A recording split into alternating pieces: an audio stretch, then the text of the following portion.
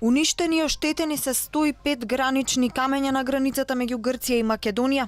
Станува збор за пирамиди столбови кои се наоѓаат во грчкиот дел во област Алерин, кои ја означуваат границата меѓу двете земји. Конкретно, пирамидите кои се отстранети и уништени се во делот што е северно од локалната заедница Меса Камбос до источно од локалната заедница Ахлада во општина Алерин. Инцидентот се случил за време на викендот, а покрената е истрага за расветлување на случајот. Известени биле надлежното грчко обвинителство и надлежните воени власти. Според информациите на Алфа од Грција, истрагите биле фокусирани на екстремно десничарските националисти, а властите пронашли и трагиот булдожер кој ги уништил камењата. Исто така веќе била и отфрлена можноста дека ова е направено по случајна грешка, со оглед на тоа дека областа е голема и некој требал добро да го познава регионот за да знае точно што отстранува и каде точно се распоредени граничните пирамиди.